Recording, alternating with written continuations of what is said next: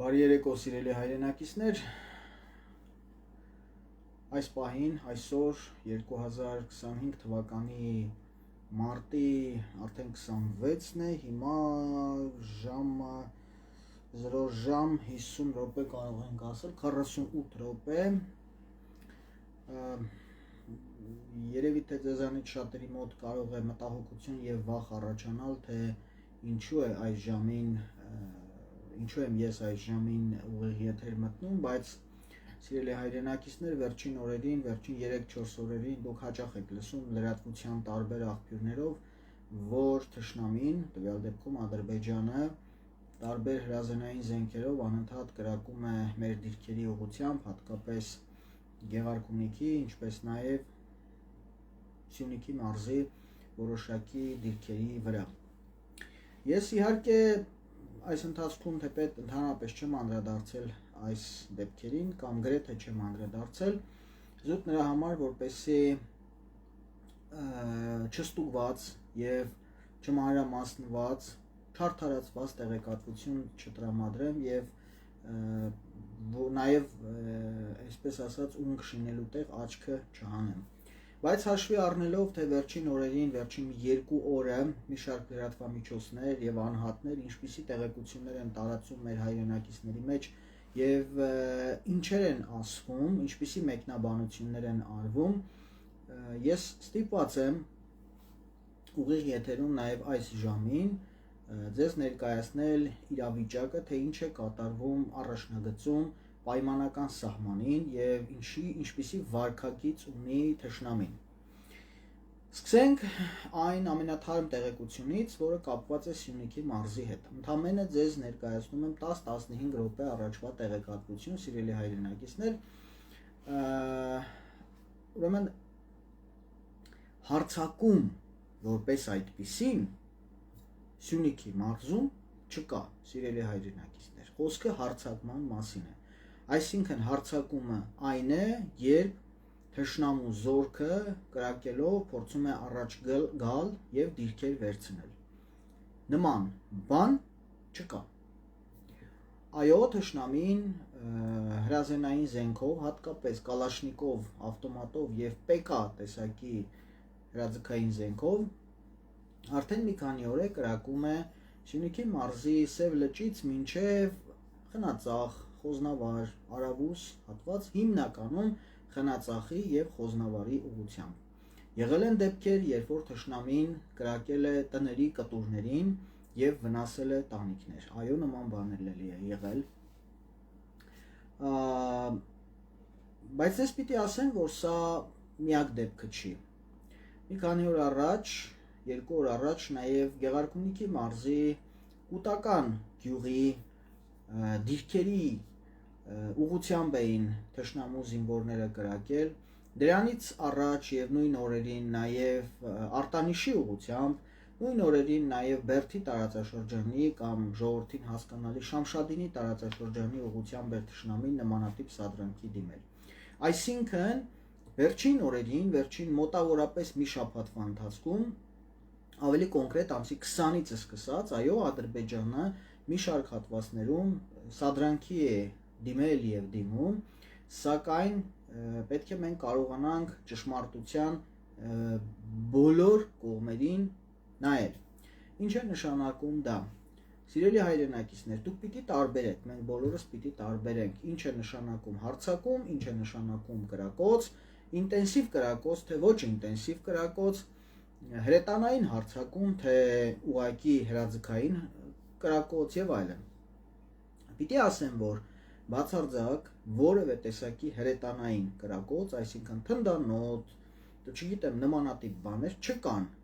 չի արձակվել։ Կրակոցները եղել են եւ հիմա էլ կան միայն Կալաշնիկով ավտոմատից, մեկ-մեկ էլ PK-ից։ Հատկապես մեր սիրելի կանայք, որպեսի պատկերացնեն սա ինչը, PK-ն ավտոմատիկ շատ եսիմից չի տարբերվում, դա հրետանի չի, դա տանկ չի։ Իհարկե կարող եք դուք անհանգստանալ եւ ասել ինչ տարբերություն, կրակոցը կրակոց է։ Այո, բայց սիրելի հայրենակիցներ, ամբողջ խնդիրը նրանում է, որ երբ չի հայտարարվում, որ գիտեք Ադրբեջանը, ադրբեջանցի զինվորները այսինչ հատվածում, այսինչ սրիկայությունն են արել, դուք տեղյակ չեք լինում, որ գրեթե ամեն օր է լինում։ Ես ձեզ պիտի ցավոք սրտի ասեմ, որ հատկապես Վարդենիսի ճամբարակի ուղղություններով Ադրբեջանը կարելի ասել ամեն օր նմանատիպ կրակոցներ է արձակում մեր դիրքերի ուղղությամբ։ Ավելին, նրանք այնտեղից անընդհատ հայհոյում են մերոնց, մերոնք պատասխանում են, մերոնք ասում են, դե որ դուք հայհոյում եք մեր երկրին, մենք էլ ձեր Իլհամ Ալիևի էսու են եւ այլն, իրենք էլ այն կողմից ասում են, դե մենք էլ ձեր Նիկոլի էսու են, մերոնք ասում են մենք էլ սրա հետ միաժամանակ նրանք թշնամին հաճախակի կրակում է եւ դիրքերի ուղղությամբ եւ օդ, հիմնականում օդ։ Վերջին օրերին Ադրբեջանը սադրանքի է դիմում հատկապես կապված իրենց կրոնական, թեպետ ես համարում եմ, որ ադրբեջանցիները եւ թուրքերը ընդհանրապես մուսուլման չեն, որովհետեւ իսկական իսլամը որպես այդպեսին, օրինակ պարսիկն էլ է մուսուլման, թուրքն էլ է մուսուլման, ոչ։ Եվ ավելին ձեզ ասեմ, իսլամը մերժում է թուրքերին որպես մուսուլման, որովհետեւ իսլամի իրական հավատալիքները ադրբեջանցիները, նրանց մեծ եղբայր թուրքերը ամենևին էլ չեն ընդունում։ Բայց դա իրենց գործն է։ Մենք խոսենք այն մասին, որ վերջին օրերին Ադրբեջանի կողմից այդ սադրանքները, որոնք տեղի են ունենում, սրանք նաև կապված են իրենց կրոնական որոշակի միջոցառումների հետ։ Դուք գիտեք, որ այդ Նովրուզի եւ այլնի ժամանակ ադրբեջանցիները հաճախ են այսպես իրենց մեջ հայտարարում, որ պիտի հայերից արյուն հանեն եւ այլն, բայց գլուխները պատին են տալիս։ Ձեզ պիտի նաեւ մի լավ բան ասեմ, որ չնայած Նիկոլ Փաշինյանը այսպես աչ ու ձախ ասում է, որ ես զորքին հանձնարարել եմ, որ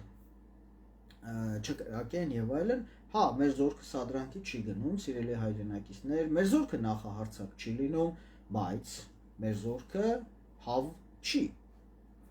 Ես չբացեմ փակագծերը, այդ թշնամին գիտի, թե ես ինչ եմ ասում, եւ թշնամին շատ լավ գիտի, բավական մի շարք տեղեր, թշնամու շատ տեղեր ցավում է հիմա, մռմռում է, եւ դա ի շնորհիվ մեր զորքի ճիշտ պահվածքի։ Եվ այս առումով ես համեմատաբար ավելի հանգիստ եմ, հաշվի առնելով, որ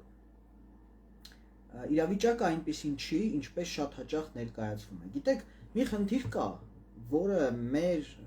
ակտիվ մի շարք հայրենակիցներ պիտի հասկանան։ Իշխանության մարմինները, օրինակ պաշտպանության նախարարություն, չգիտեմ, ԱԱԾ եւ այլն, եւ նրանց աջակիցները, չգիտեմ, մարդիկ, որոնք դեռ չգիտեմ ինչ են խմում, ինչ են ծխում, որ Նիկոլին պաշտպանեն, կան, մի քիչ կան դրանցից։ Սրանք օրինակ Հայաստանը ներկայացնում են որպես դրախտ։ Ընդդիմության մի շարք ներկայացուցիչներ,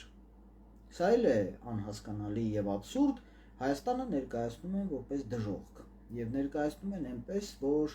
չգիտեմ, հիմա նույն այս դիրքերի հետ կապված, թշնամու այս սադրանքների հետ կապված ներկայացնում են, որ չգիտեմ, կարդում ես ընդդիմադիր մի շարք լրատվամիջոցներ, քեզ թվում է, թե ադրբեջանցիները համարյա Երևան են հասնում։ Էդ էլ այդպես չի։ Այո, թշնամին կրակում է, այո, թշնամին սադրանքների դիմում է, բայց սիրելի հայրենակիցներ, այդ նույն բանը հաճախակի է անում։ Եվ սա իհարկե չի նշանակում, որ հանգիստ լինենք, դե որ հաճախակի է անում, ոչ մի բան, չէ, սխալ չհասկանանք։ Ասածս այն է, որ շատ հաճախ որոշ լրատվամիջոցներ եւ որոշ անձինք ճոխացնում են, չոփը գերան են սարքում եւ իրական խուճապի են մատնում մեր հայրենակիցներին։ Իրական խնդիրն այն է, որ կրկնում եմ, Ադրբեջանը կրակում է Խոզնավար, Խնածախ գյուղերի ուղղությամբ եւ մի քանի տեղերում տներին կպել են։ Մեր զորքը լուրջ չի եւ մեր զորքը այդպես չի, որ թշնամուն իր տեղը չի դնում։ Ադրբեջանը պարբերաբար կրակում է Վարդենիսի հատկապես Կուտականի ուղղությամբ, մեր զորքը լուրջ չի։ Ադրբեջանը սադրանքների է դիմում Արտանիշի ուղղությամբ, սադրանքների է դիմում Բերդի տարածաշրջանի ուղղությամբ, բայց դուք դրա մասին շատ բաներ տեղյակ չեք, որովհետեւ մի հաճախակի է նման բաներ անում։ Սիրելի հայրենակիցներ, իսկ ինչու է Ադրբեջանը դա անում, իհարկե կարող է ձեզ մոտ հարց առաջանել եւ ընդհանրապես մեծ պատերազմի, լայնամասշտաբ պատերազմի վտանգ կա, թե չկա։ Ես ինչպես 2024 թվականի ամռանն եմ նշել, այո, լայնամասշտաբ պատերազմի վտանգ կա 2025 թվականի ապրիլ-մայիս ամիսներին։ բայց վտանգ կա, դա չի նշանակում, որ անպայման պիտի լինի։ Ինչով է արտահայտվում վտանգը։ Վտանգը արտահայտվում է նրանով, որ կարծես թե ավարտին է մոտենում ռուս-ուկրաինական պատերազմը, եւ եթե ռուս-ուկրաինական պատերազմը իրականում ավարտվի եւ Ռուսաստանն ու Միացյալ Նահանգները կարողանան լեզու գտնել Ուկրաինան կիսելու հարցում, Միացյալ Նահանգները չի թաքցնում, որ այս տարածաշրջանը, մեր տարածաշրջանը զիջում է Ռուսաստանին որպես ազդեցության գոտի։ Եվ այս պայմաններում Թուրքիային, Ադրբեջանին, Մեծ Բրիտանիային եւ այլն օդ ու ջրի նման անհրաժեշտ է Հայաստանի Հանրապետության հարավը, ավելի կոնկրետ Սյունիքի մարզը, Վայոց ձորի մարզը։ Եվ ահա թե ինչու նրանք հիմա ամեն ինչ կարող են անել, ամեն ինչի կարող են դիմել, որպեսզի ցամաքային ուղիներ ունենան եւ կարողանան այդ ցամաքային ուղիների միջոցով նախ լուծել պանթուրքիզմի նպատակը, որպեսզի տարիներ հետո, մի քանի տարի հետո հարձակվեն Ռուսաստանի վրա եւ փորձեն պանթուրքիզմի դեպի Ղազախստան իրենց այսպես պանթուրանիստական ճանապարհի հարցը լուծել։ Եվ մյուսն այն է, որ Հայաստանի Հանրապետության Սյունիքի մարզում, հատկապես Մեղրի, Ագարակ, մինչև Քաջարան եւ այլն, այստեղ աշխարհի օրինակ ուրանի 4-ից 5%-ն է, ավելի քան 150,000 տոննա։ Այստեղ գիտեք, որ նաեւ մոլիբդենը կա աշխարհի ուրանի ամբողջ մոլորակի ներողություն, մոլիբդենի ավելի քան 12%-ն է եւ այլն, այսինքն հանքահումքային ռեսուրսները եւս բավական շատ են եւ բնականաբար պիտի մեր թշնամիները փորձեն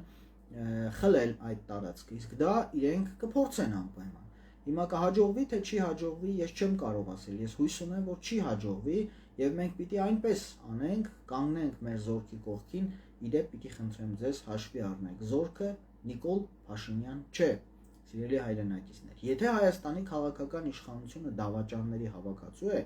ապա մեր զորքը ամենևին էլ դավաճանների հավաքածու չէ։ Պիտի ձեզ անկեղծորեն ասեմ, 2023 թվականի ուրեմն այն դաժան աղետալի ժամանակներում, երբ թշնամին հարձակվեց Արցախի վրա եւ մերոնք այդ մեկ օրվա ընթացքում իհարկե շատ մեծ ցավոտ վնաս տվեցին Ադրբեջանին, 2000-ից ավելի մարդկային կորուստ ունեցավ մեր թշնամին, բայց մենակ մնալով հսկայական այդ ուժի դեմ Արցախը, արցախցիները, մեր եղբայրներն ու քույրերը ստիպված եղան բռնի տեղահանվել եւ ես շատ այդ ժամանակ ահավոր շատ բարկացած էի Հայաստանի Հանրապետության բանակի ղեկավարության վրա, որոնք լսելով Նիկոլի որոշումը հարձակում չգործեցին եւ չօգնեցին Արցախին, բայց եղածը եղած է եւ հիմա եթե մեր այդ բարկությունը մենք շարունակենք նույն կերպ պահպանել, մենք կարող ենք կորցնել նաեւ Հայաստանի Հանրապետությունը։ Այո, կան շատ սպաներ, որոնց ես մարդ չեմ համարում եմ, որ իրենք վախկոտներ են եւ իրենք չարեցին այն, ինչ պիտի անեին, բայց կրկնում եմ, մենք իրավունք չունենք մեր բանակին, մեր երկրի անվտանգության երաշխավոր իրական ուժին մենակ թողնել եւ համարել, որ չգիտեմ, եթե Նիկոլը հրամայի, որ բանակը չկռվի, բանակը չի կռվելու, հետեւաբար անիմաստ է։ Հավատացեք, որ ամենևին էլ այդպես չէ եւ շատ բաներ կան, որոնք բարձրաձայն չեն ասվում։ Ես ուղղակի ուզում եմ նաեւ ձեզ տեղեկացնել, որ ցավոք սրտի պետական մի շարք մարմիններ, հատկապես ազգային անվտանգության ծառայության մի շարք աշխատակիցներ, պաշտպանության նախարարության մի շարք աշխատակիցներ, այս մի շարք առաջնագծային գյուղեր են գնում, Խնածախ, Խոզնավար եւ այլն, մարդկանց վախեցնում են, թե հանկարծ ոչինչ չխոսեք, չպատմեք, որ գյուղի վրա կրակել են ադրբեջանցիները, տանիքներ են վնասել, բա դուք չեք մտածում, որ դուք զինվոր ունեք առաջնագծում, այսպիսի սրիկայություններ են անում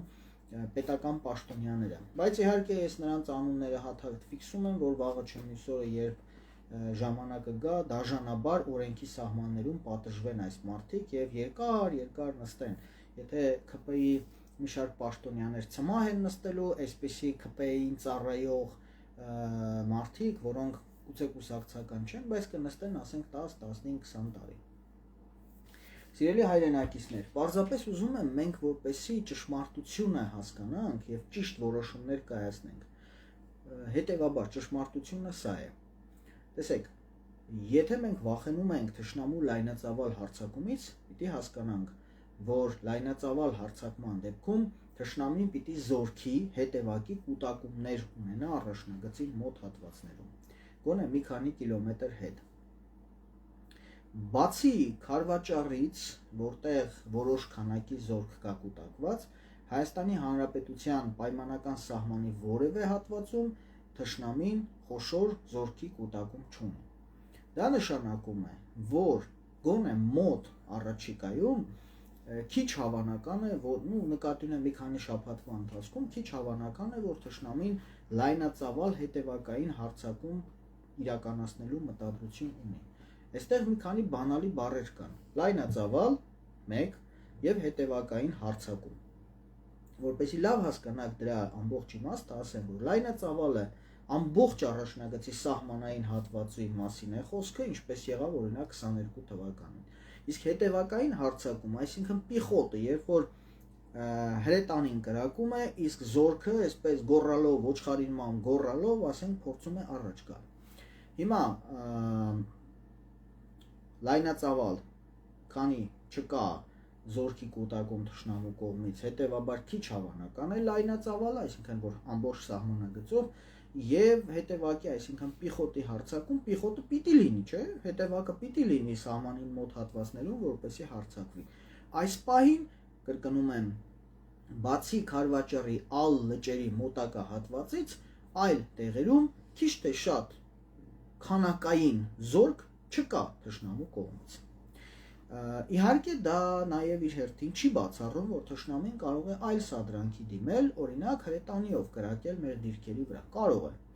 Ես չեմ բացառում,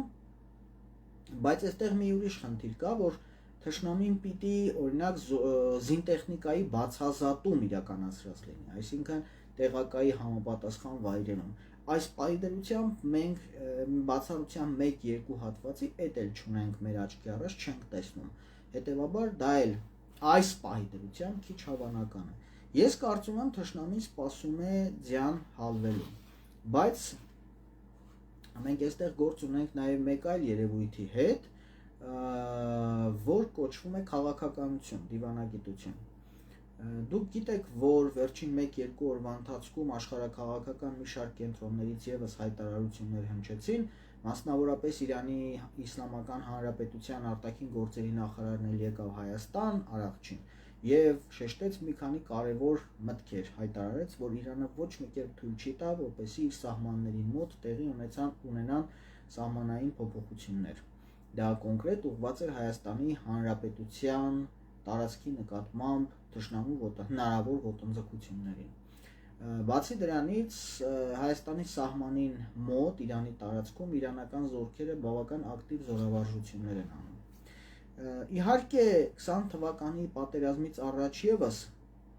իրանցիները զգուշացրել էին, ինչպես ՀԱՊԿ-ն էր զգուշացրել, այստեղ շատ կարևոր մի քանի բան ասեմ, որ 20 թվականի սեպտեմբերի 1-ին ՀԱՊԿ-ն պաշտոնական փաստաթղթերով Հայաստանին զգուշացրել էր,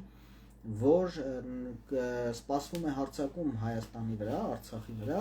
եւ նույնիսկ ՀԱՊԿ-ի կողմից այդ փաստաթղթերը կան իդեպ։ Պաշտոնական առաջարկ էր եղել, որ սեպտեմբերի 15-ից սկսած Հայաստանում ՀԱՊԿ միացյալ զորքերի զորավարժություններ լինեն եւ բնականաբար այդ համապատասխան զինտեխնիկան եւ զորքը մնա Հայաստանում։ Այնտեղ պայմանական օրինակ Ադրբեջանը նշված էր Ազարիա, Արցախը նշված էր Արցախիա, Հայաստանը նշված էր Սևանիայի Հանրապետություն եւ այլն եւ այլն։ Սա իդեպ պաշտոնապես կա, եթե ովքեր կցանկանան, ես կարող եմ, իդեպ դա նաև դրված է Հայաստանի Հանրապետության, եթե չեմ սխալվում, ազգային անվտանգության խորհրդի Արմեն Գրիգորյան, որ կա, դրա ղեկավարած կառույցի կայքում եւս դրված է, թե ինչու չեմ ֆայմում, գոնե ջնջեն, որ ասենք, օրինակ մարդիկ չիմանան, որ այսպիսի բան է եղել եւ իրենք մերժել են ՀԱՊԿ-ի զորքերը Հայաստան գալ։ Իհարկե, ես ինքս էլ դժգոհ եմ ՀԱՊԿ-ի պահվածքից, ես ինքս էլ եմ համարում, որ ՀԱՊԿ-ն որպես այդպիսին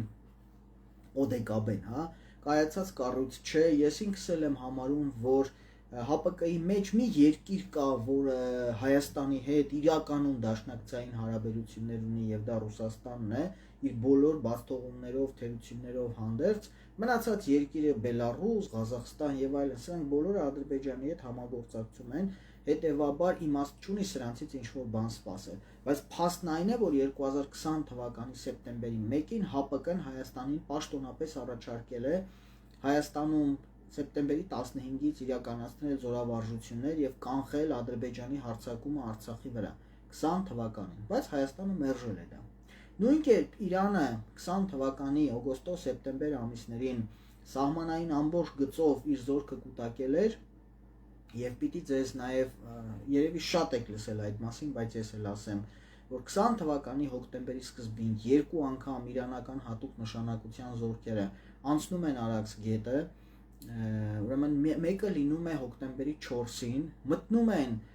ջրականի մոտակա բնակավայրեր, որտեղ արդեն մտել էր ադրբեջանական բանակը, ջարդում են եւ մենակ հոկտեմբերի 4-ին 282 կամ 280-ից 90-ի արանքում մարդ է կորցնում Ադրբեջանը իրանական զորքի հարձակման հատուկ ջոկատայինների հարձակման ժամանակ եւ ադրբեջանցիները Մայիս Բարխուդարովի այդ գեներալ Մայիս Բարխուդարովի գլխավորությամբ խոճապահար նահանջում են մինչեւ Ելման դիրքեր, բայց այստեղ հայերին տեղեկացվում է, որ մենք արել ենք այս բանը, հիմա անցեք հակահարձակման, սակայն մեր Հայաստանի քաղաքական եւ ռազմական իշխանությունները հրաժարվում են, մերժում են, նշելով, որ դա Իրանին կնշանակի ներքաշել պատերազմի մեջ եւ այլ ինչ որ հիմա հերթական հիմարություն, հա։ Սա ինչ եմ ուզում ասել, Իրանի համար որպես Հայաստանին հարևան եւ բնական դաշնակից, որովհետեւ ինչ է բնական դաշնակիցը, երբ որ ունեն ընդհանուր թշնամի, ավանդական թշնամի, Իրանի համար էլ, Ռուսաստանի համար էլ, Հունաստանի համար եւ Հայաստանի համար ընդհանուր թշնամին մեկն է, Թուրքիան, որը այս բոլոր 4 երկրների նկատմամբ ունի տարածքային նկրտումներ եւ տարբեր սադրանքների է դիմում։ Հետևաբար Իրանին էլ օդ ու ջրի պես պետք է, որ Հայաստանը լինի ամուր։ Հետևաբար նորից վերադառնանք մեր ոչխարներին, Ադրբեջանի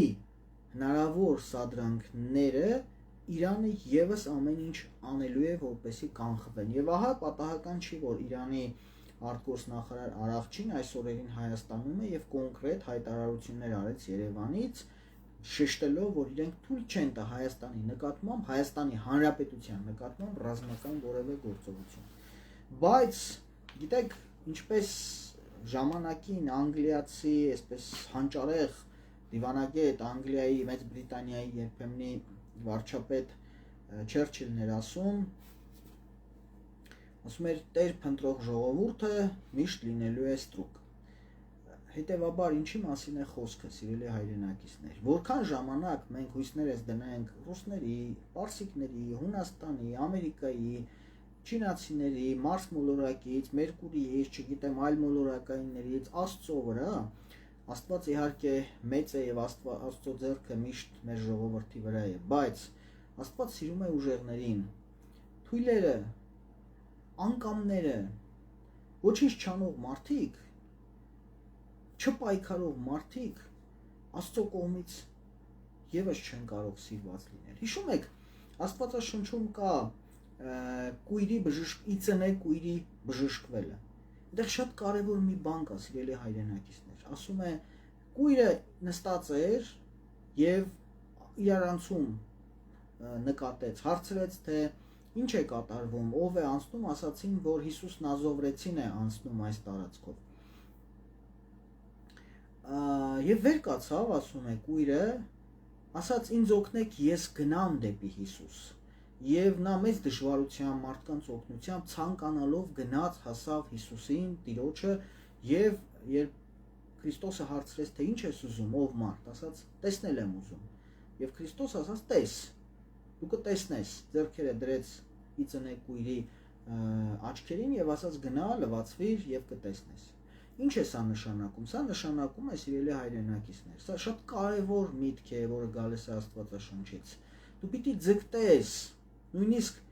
դեպի Աստված պիտի ձգտես։ Եթե դու ոչինչ չանես, ոչ ոք քեզ ոչինչ չի տա։ Կույրը դժվարությամբ գնաց հասավ Տիրոջը, որպեսզի ստանար իր համար անհրաժեշտ այդ տեսնելու կարողությունը։ Նույն կերպ մենք էլ պիտի ձգտենք։ Եթե մենք շարունակում ենք Տեր փնտրել, ոմանք ասում են ռուսները, ոմանք ասում են պարսիկները, ոմանք ասում են, չգիտեմ, արևմուտքը, այն եվրոքույրերը մի բան են ասում, ռուսների եղբայրները մեկ այլ բան են ասում, չգիտեմ, այսպես սիրելի հայրենակիցներ, քանի դեռ մենք Տեր ենք փնտրելու, մենք միշտ ստրուկ ենք լինելու։ Հավատացեք, որ առաջին ուժը մեր բանակն է։ Մեր բանակին պիտի մենք Տեր լինենք եւ երբեք խղճահարված, այսպես խեղճ ու կրակի, չգիտեմ, ինչ մի ձևով չլինենք։ Ցավով եմ ասում, մեծ ցավով եմ ասում, բայց կարծես թե պիտի մի կռիվ լինի, կարծես թե պիտի մի ինչ որ կրակոց լինի, որ մարդիկ նորից զարթնեն, ասեն՝ «Վայ, քորանամ ես, էս ինչ եղավ, օգնենք բանակին», իսկ շատերը ինչ են անում, տրուսիկ մայկա գլխարկ են առնում, ծխախոտ ու կոնֆետ են առնում, ուղարկում են բանակին, կարծելով թե դրանով օգնում են բանակին։ Սիրելի հայրենակիցներ, այդ զինվորները ամենայն պատասխանատվությամբ եմ ասում, ոչ ձեր կոնֆետների, ոչ տրուսիկ մայկայի, ոչ գլխարկի, ոչ ծխախոտի կարիքը չունեն։ Այդ զինվորները ունեն մեր կողմից իրենց անվտանգությունը պահելու, օգնելու կարիքը։ Իսկ ո՞րն է դա։ Ասեք, տարիներ շարունակ ես խոսում եմ այդ քողարկից ցանցերի, խոսում եմ գիշերային տեսանելիության սարքերի, խոսում եմ հեռադիտակների, խոսում եմ այլ բազմաթիվ բաների մասին, շատերի մասին էլ չեմ խոսում, որտեղ չի կարելի խոսել, նկատի ունեմ թշնամին կիմանա, սատանի ականջը խուլ։ Ինչ է անում քողարկիչ ցանցը։ Քողարկիչ ցանցը մի կարևոր հարց է լուծում։ Թույլ չի տալիս, որ թշնամին տեսնի մեր խրամատները, ԱԹՍ-ներով, դիպուկահարներով եւ այլն։ Իսկ երբ չի տեսնում, հավատացած եղեք, չի էլ կարող խոցել մեր դիրքերը։ Գիշերային տեսանելիության սարքը մեր զինվորին հնարավորություն է տալիս, որ գիշերով տեսնի թշնամին շարժվում է, թե չի շարժվում, ինչ որտեղ է, ինչ է անում, արածում է, ինչ է անում։ Հեռադիտակը, սովորական հեռադիտակ պետք է, որպեսի կարողանա մեր զինվորը տեսնել արդեն ցերեկով թշնամու շարժը եւ այսպես շարունակ։ Գիտեք, ես օրերս նայում էի Ուկրաինայում ռուս-ուկրաինական այդ պատերազմի որոշ այսպես տեղեկատվական հարթակներ լուսաբանող ամեն քայլափոխին հստակ այսպես տեղեկություն կա, որ դիմում են ռուսներին, ասում են փող հավաքենք, որ այսինչ դիրքում այսինչ բանի կարիքը կա։ Հիմնադրամներ են ստեղծվել դրա համար, գործում են եւ այլն, եւ հավատացած եղեք, ամենևին էլ ամոթ չի, երբ որ երկիրը, հայրենիքը, ժողովուրդը օգնում է իր բանակին այս կամ այն հարցի լուծման համար։ Հետևաբար, սիրելի հայրենակիցներ, մի սպասեք, որ կռիվ լինի, որ մի հատ տրուսիկ առնեք ուղարկեք զինվորին։ Ամեն օր, եթե դուք ձեր, ամեն օր չէ, լավ, ամեն ամիս, օր չէ, ամեն ամիս, եթե դուք ձեր եկամուտից ընդամենը 10,000 դրամ, լավ, դժվարը 5,000 դրամ առանձնացնեք եւ 2 ամիսը մեկ մի հատ քողարկիչ, մի քողարկիչ ցանցը 10-ից 12, 13, լավագույն դեպքում 15,000 դրամ է։ Իդեպ այդ մի քողարկիչ ցանցի չափսերը 4 մետր լայնություն, 10 մետր երկարություն, ընդունակ է քողարկել, ծածկել, անվտանգություն ապահովել մեկ դասակ զինվորի համար, 30 զինվորի համար, 30 հայ զինվորի համար։ Կարծում եմ, որ ձեզնից շատ բան չի գնա այդ 5 կամ 10,000 դրամ ծախսելը։ Այս պահին 460-ից ավել մարդիկ այս տարիների ընթացքում օգնել են, որ մենք միասին դա անենք։ Միայն 2024 թվականին մենք զորքին կարողացել ենք ապահովել ավելի քան 8.5 կիլոմետր քողարկիչ ցանց, այսինքն 8.5 կիլոմետր դիրքեր քողարկել, սարքել ենք։ Դա քիչ է, դա շատ քիչ թիվ է կազմում մեր ընդհանուր եղած դիրքերի համար, բայց 8.5 կիլոմետրը դա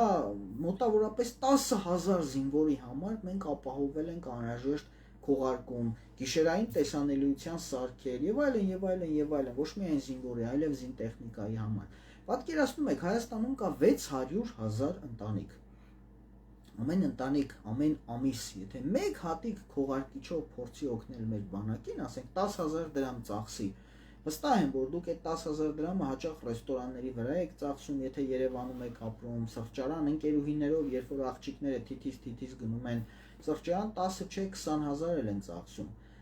կամ տղաները գնում են ռեստորան, խորոված են անում եւ այլն 50, 60, 100,000 են ծախսում։ Գիտեք, բանակի կենացը խմելու փոխարեն, որ հարսանիքների ժամանակ բանակի կենաց եք խմում ու հետո վեր կենում այսպես տնկալով բարում, կարելի է մի հատ 10,000 դրամ ծախսել այդ բանակից ու 30 զինվորի կյանքը ապահովել։ Մտածեք այս մասին, սիրելի հայրենակիցներ, եւ անհանգստանալու փոխարեն կարելի է մի մոմ վառել եւ խավարը ցրել։ Կարծում եմ ձեր վախերը, մտահոգությունները քիչ թե շատ փարատեցի։ Ամեն դեպքում, եթե ամփոփեմ, նշեմ, այո, կրակոցներ կան Սյունիքի մարզում, Գեղարքունիքի մարզում, այո, կրակոցներ կան, բայց այդ կրակոցները հարձակում չեն, այդ կրակոցները իրենց խրամատներից, թշնամու խրամատներից կրակոցներ են Սյունիքի մարզում Խնածախի, հատկապես գյուղի մոտակա հատվածներում կրակել են եւ որոշ տեղերում նաեւ տների տանիքներին են կպել, գյուղերում, հատկապես Խնածախում, Խոզնավարում, ցավոք սրտի մարդիկ շատ վախեցած են։ Ես ոմանց հետ խոսելիս ասում են, որ վախենալու կարիք չկա, բայց ես հասկանում եմ այդ մարդկանց, դուք պատկերացնում եք առաջնագծում սահմանապահ բնակավայրեր են եւ մարդիկ այդ դժվարությունների մեջ են, երեխաները հաճախ հագուստը չեն հանում, այդպես հագուստով են քնում, որպեսզի անհրաժեշտության դեպքում իմանան ինչ անեն։ Մեր լրագրող գործընկերներին կոչ եմ անում, առաջիկայում մենք կազմակերպելու ենք ռազմական լրագրության հատուկ դասեր մի քանի օրվա Հայաստանի լավագույն զինվորական պատրաստություն անցած եւ զինվորականներ, նույնիսկ գեներալ է գալու դասավանդելու, թե պատերազմական վիճակում լրագրողը ինչպիսի վարքագիծ պիտի ցուցաբերի, կոչ եմ անում անպայման եկեք անվճար են դասընթացները, մասնակցեք։ Առաջիկա օրերին մենք կհրապարակենք նաեւ մի անիմացիոն տեսանյութ, որտեղ մարդկանց կսովորեցնենք, թե ինչ պետք է անել ռազմական գործողությունների ժամանակ, մանավանդ երբ արտակարգ իրավիճակ է եւ թշնամին հարձակվել է, կրակում է եւ այլն, ինչպես պետք է թաքնվել, ուր պետք է թաքնվել եւ այլն եւ այլն։ Բոլոր դեպքերում, սիրելի հայրենակիցներ, դժվար ժամանակներ են, սակայն դժվար ժամանակները ստեղծում են ուժեղ առաջնորդներ։ Եվ ես վստահ եմ, որ շուտով մենք կունենանք, շուտով կունենանք լավ ժամանակներ։ Իսկ ինչ վերաբերում է մեր հարգելի Տիգրանի գրածը, որ մեզ Տեր պետք չէ, մեզ դաշնակից է պետք, մենք ունենք դաշնակիցներ, բայց դաշնակիցների նկատմամբ պետք է այնպես անել քո վարքագծով, որ իրենք հարգեն քեզ, ոչ թե խղճան։ Մնացածը հասկանում ենք եւ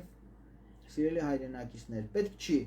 խոճապի մատնվել, բայց պետք է զգոն լինել եւ ես էլ այսօր եմ վերադարձել իդեպ Վարդենիսի տարածաշրջանից, այնտեղ հանգիստ է։ Մի քանի օրից լինելու եմ Տավուշի մարզում, նորից Գեղարքունիքի մարզում, դրանից հետո Սյունիք եւ այլն, մենք դիրքերին, զորքին ապահովում ենք անհրաժեշտ որոշակի քանակության ապրանքով, ձեզ կխնդրեմ դուք էլ մասնակցեք, անձնական նամակով կարող եք գրել եւ տեղեկանալ, թե ինչպես կարող եք մասնակցել, հիմնականում Wildberries-ից եք դուք ձեռք կամ դուք եք ձեռք բերելու կամ փոխանցելու եք մեր ընկերները ձեռք բերեն ապրանքը, քողարկիչ ցանցեր եւ այլն, ձեզ հաշվետվություն ենք ներկայացնում ամեն ինչի մասին, մեր զորքերը բավական լուրջ աջակցություն են ստանում այդ քողարկիչ ցանցերով, պատսպարվում են թշնամու ինչպես սնայպերներից, այնպես էլ ԱԹՍ-ներից եւ բավական լավ հաջողություններ են ունենում, ինչի մասին մենք պարբերաբար խոսում ենք։ Այսքանը սիրելի հայրենակիցներ, արդեն ժամը 1:25 է, լավ եղեք, ես շարունակեմ աշխատել, իսկ ձեզ հանգիստ քուն եմ մաղթում եւ մաղթում եմ, որ զգոն եղեք, բայց խոճապի մի մատնվեք։ Ամեն ինչ երբ կառավարելի է, իսկ մեր բանակի կողմից ամեն ինչ կառավարելի է։ Բարի գիշեր։